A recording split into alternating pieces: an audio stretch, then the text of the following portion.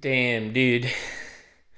I took a shower and was just in that zone where your body is just exhausted.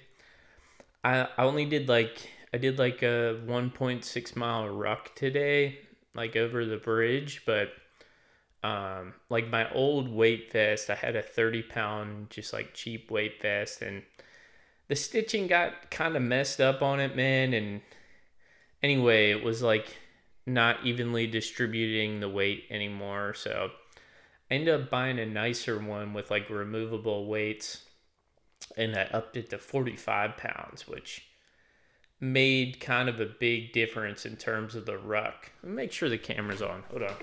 I forget. All right, we're good. Yeah, so um, anyway, before that, yesterday, I ran 8 miles for the first time in a while, um, which I was walking for some of it, not going super fast, but I was kind of looking at some real estate in my area, and there were two houses I was looking at this past winter. I wasn't really in a position to buy them because I have another house I have to sell really before I can pull the equity out. But they both got knocked down for the amazing lots that they had, bro. And it just got me thinking, man, even if you don't have the vision right now for a piece of real estate, someone else is going to have the guts and the vision to do something with it if it is a good piece of property, man. Especially if you're buying kind of in the right area.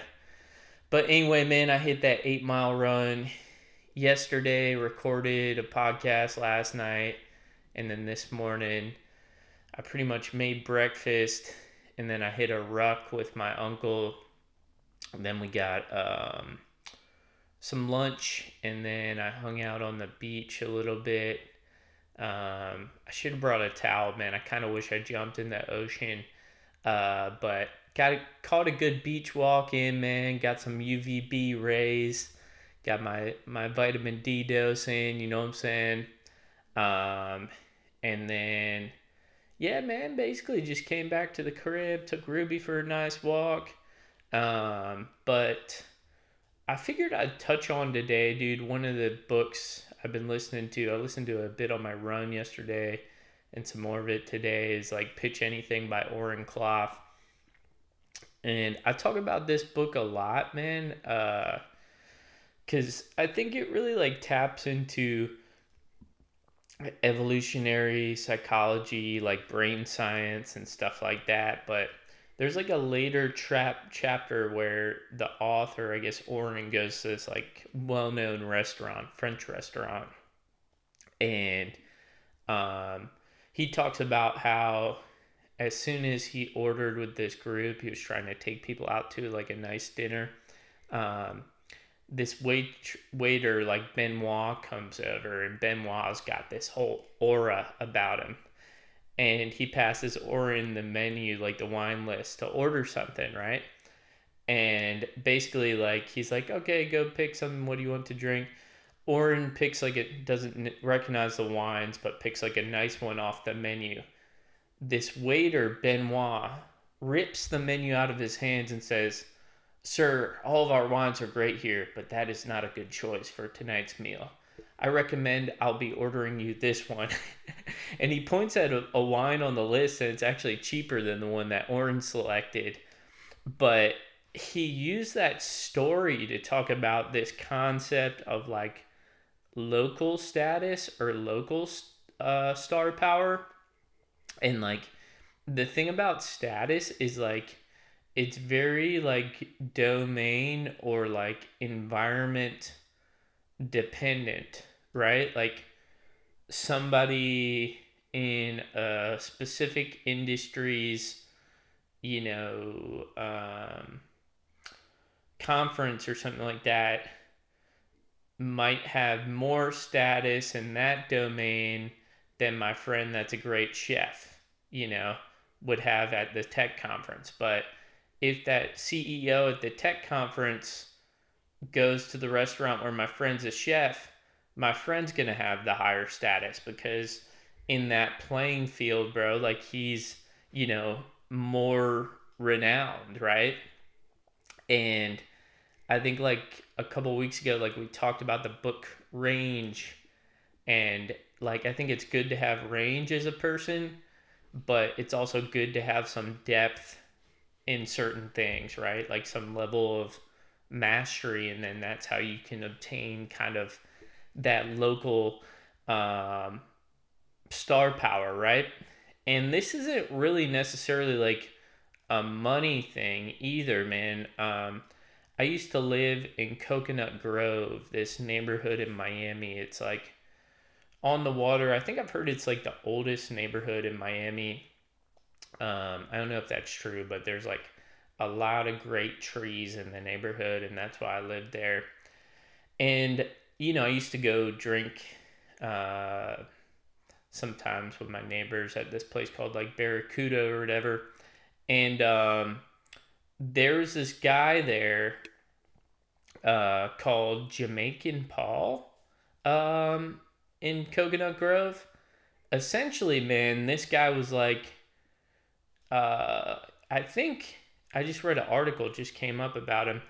He was born and raised in Jamaica, but he's like kind of like this like European looking dude with this crazy beard and long hair in his 70s. The article said that he had been kind of homeless in Coconut Grove over the years, but when you run into this guy, man, he's like got this crazy look about him, man. He's like freaking like so photogenic, dude.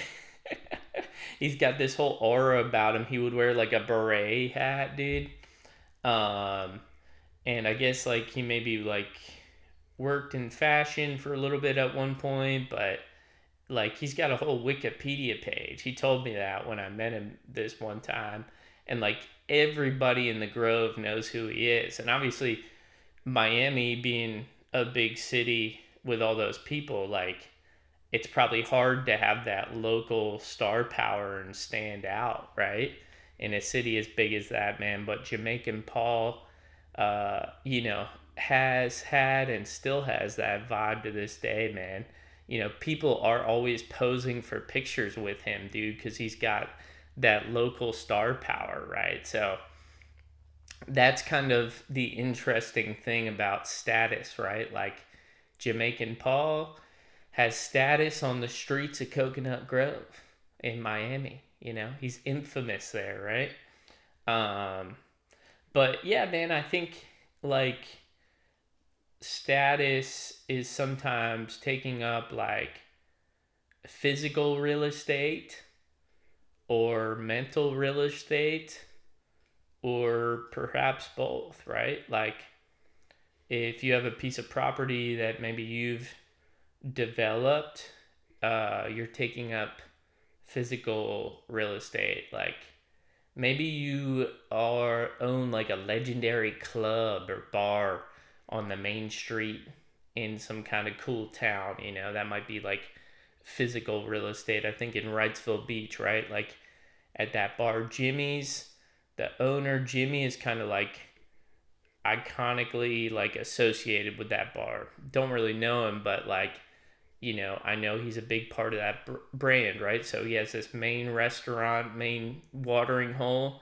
on the main stretch in Wrightsville Beach, and he's taking up physical space and mental real estate, really, when we think about the Wrightsville beach bars, dog. You know, um, one thing that always takes up mental real estate, like I don't really fuck with Starbucks. I think the coffee's kind of whack. Um, but when you consider coffee in America, Starbucks, for better or worse, takes up mental real estate. Apparently, they're building one in my little town, and I'm kind of bummed about it, bro, because I know a million, like, I know several local coffee shops that do a great job with coffee. Why do we need that? But the brand Starbucks and their kind of crappy coffee is taking up mental real estate, dog. I don't know who in the town was like, dude, I just really need some Monsanto coffee beans, dog, But yeah, man, just a little vlog style on my day thus far, dog, and a little 411, dude, on local star power and local status, brother. I'll catch you on the next one.